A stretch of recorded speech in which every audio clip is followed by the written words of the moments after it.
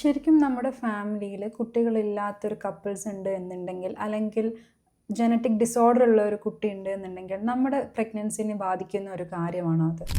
അതെ, വന്ധ്യതയിലേക്ക് നയിക്കുന്ന ചില അസുഖങ്ങൾ, ഉദാഹരണമായി സ്ത്രീയെ സംബന്ധിച്ചിട്ടാണെങ്കിൽ PCOD, എൻഡോമെട്രിയോസിസ് അല്ലെങ്കിൽ ചോക്ലേറ്റ് സിസ്റ്റ്, അതുപോലെ തന്നെ വീട്ടിലാർക്കെങ്കിലും മാസമുറ 40 വയസ്സിന് മുന്നേ നിന്നിട്ടുണ്ട് എങ്കിൽ ഇതിനൊക്കെ ഒരു ഫാമിലി ബാക്ക്ഗ്രൗണ്ട് കാണാറുണ്ട്. പുരുഷവന്ധ്യതയിലും ചില ജനിതക ഘടനയിലെ വ്യതിയാനം മൂലമുണ്ടാകുന്ന പുരുഷവന്ധ്യത പാരമ്പര്യമായിട്ട് കാണാറുണ്ട്.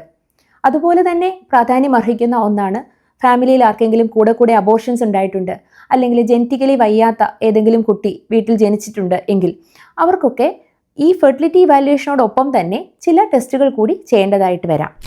അതുകൊണ്ട് ഇതുപോലെയുള്ള ഹിസ്റ്ററികൾ, അത് പുരുഷൻ്റെ ആയിക്കോട്ടെ സ്ത്രീയുടേതായിക്കോട്ടെ, നിങ്ങൾ നിങ്ങളുടെ ഡോക്ടറോട് തുറന്ന് സംസാരിക്കുക.